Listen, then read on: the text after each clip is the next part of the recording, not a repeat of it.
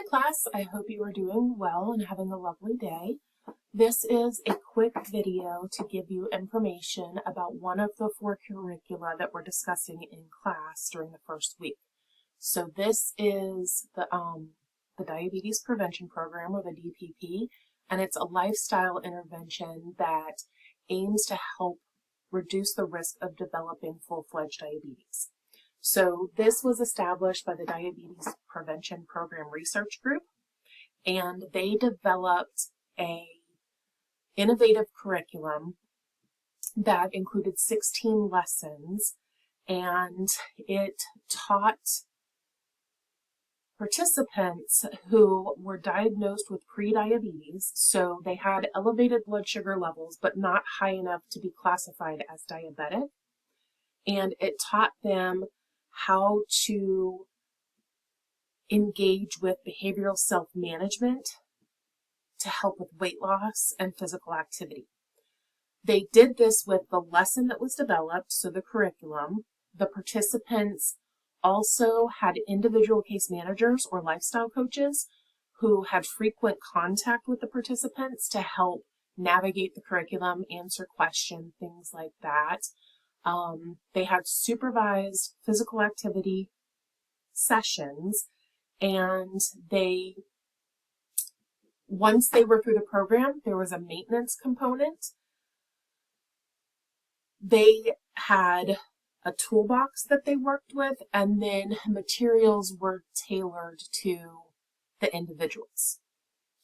So there were a lot of components to this program, and the one thing to consider with the Diabetes Prevention Program is this was a clinical research study where there was a lot of control over what the participants had access to, what they could do. They had regular contact with their case manager or their lifestyle coaches.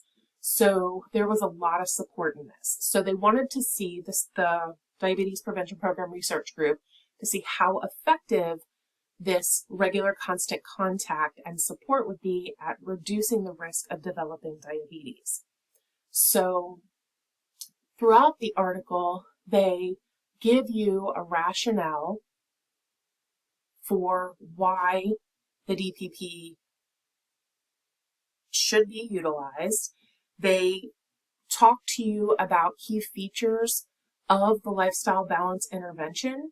So they go through, and Table 1 shows you some of the key aspects of the DPP lifestyle protocol.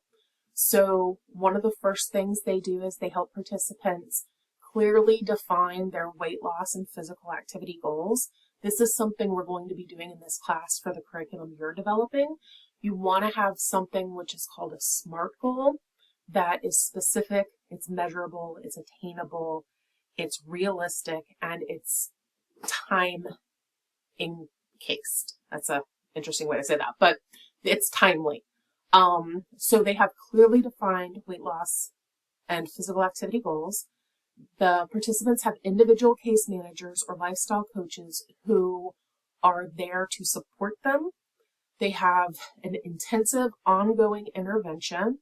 So they have an initial core curriculum that has the 16 lessons to help them learn about nutrition and physical activity. They have supervised exercise sessions at least 2 times a week. And there's a maintenance program that once the intervention is over, there is still an opportunity to have group classes, motivational campaigns, and then if someone isn't compliant with the program, there's an opportunity to restart the program. The program with the individual case managers is individualized with a toolbox of adherence strategies. The materials are tailored to an ethnically diverse population, which this is something really important to think about, and you'll learn more about in Module 2. And then there's also an extensive local and national network of training, feedback, and clinical support. So Table 1 gives you some of those key aspects of the diabetes prevention program lifestyle protocol. Each one of those are described a little bit more in detail throughout the paper, so I would recommend definitely reading through this and taking some notes.